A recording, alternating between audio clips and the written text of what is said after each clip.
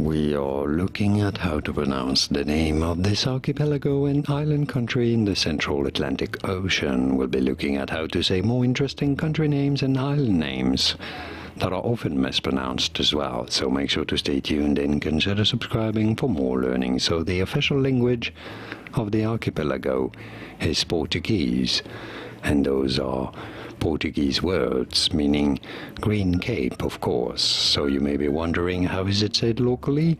It is pronounced as Cape Verde. Cape Verde. Pretty straightforward. Cape Verde. In English, however, this is usually said as Cape Verde in British English. Cape Verde in American English, though, it is normally pronounced as Cape Verde. Cape Verde in American English, or Cape Verde in British English. And now you know it all. Did you get this? Was this any helpful? Let me know in the comments and by using the like button. Thank you kindly for your support. More videos on how to pronounce more interesting words and names, country names whose pronunciations aren't always obvious. I'll see you there to learn more. Thanks for watching.